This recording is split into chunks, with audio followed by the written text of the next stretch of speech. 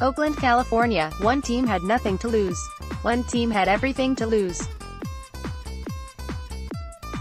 From the tip-off of Saturday night's Game 6 of the Western Conference Finals, it didn't take a body language expert to figure out which one was which. The Rockets played free, loose and confident without their second-best player and floor leader, Chris Paul, comforted by the fact that even with a loss, they'd have one more shot to knock off the defending champion Warriors at home in Game 7. And just like that, as the Oracle crowd mumbled and grumbled and fidgeted in their expensive seats, Houston fired on all cylinders and built a 17-point lead to end the first quarter. James Harden dispelled any notion that he shrinks in big games by thoroughly dominating the floor, orchestrating the offense, finding wide-open shooter after wide-open shooter, and loudly snapping out of his 0-for-22 three-point shooting slump on his way to 32 points. Meanwhile, the Warriors looked like seventh graders on their first day at a new school, confused, nervous and awkward. They weren't exactly pressing, but it wasn't pretty.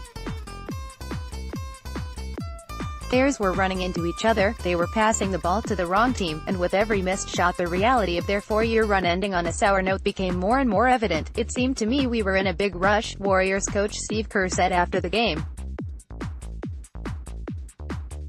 "We were passing up layups to try to shoot threes in transition.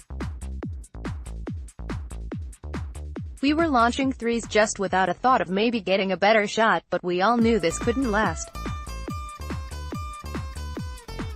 As great as the Rockets looked in the first half, they held a 10-point lead at the break. "We knew sooner or later the upset bid would come to the inevitable end, a 115-86 Warriors win." Led by Klay Thompson, who was having what the locals like to call a Clay game, the Warriors came out of the locker room with an 8-0 run, sparking perhaps the most dramatic home crowd turnaround in sports history. In a matter of minutes, the doom and gloom faces and posture erupted into the familiar exuberance, swagger and arrogance that defines the Oracle faithful. The Rockets called timeout, and you would think the Warriors were up by 30. We're down by 2. The third-quarter run, a staple at Oracle Arena, was fueled by a Draymond Green halftime speech evoking the words of the late, great John Wooden, "Be quick but don't hurry, he just told me to slow down," Stephen Curry said. "You want a game so bad, and the energy in the building and how we were trying to claw our way back into it defensively, that affected my offensive game. I was just rushing a little bit, not being decisive with my shots. It was a nice little pep talk, get my confidence." Slowly but surely the Warriors' talent won out. Klay kept on hitting threes, and Stephen Curry put on a show with some dazzling moves that resulted in both layups and deep balls.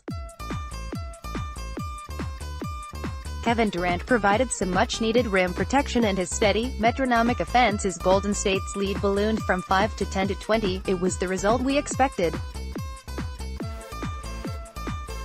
We just took a couple detours along the way.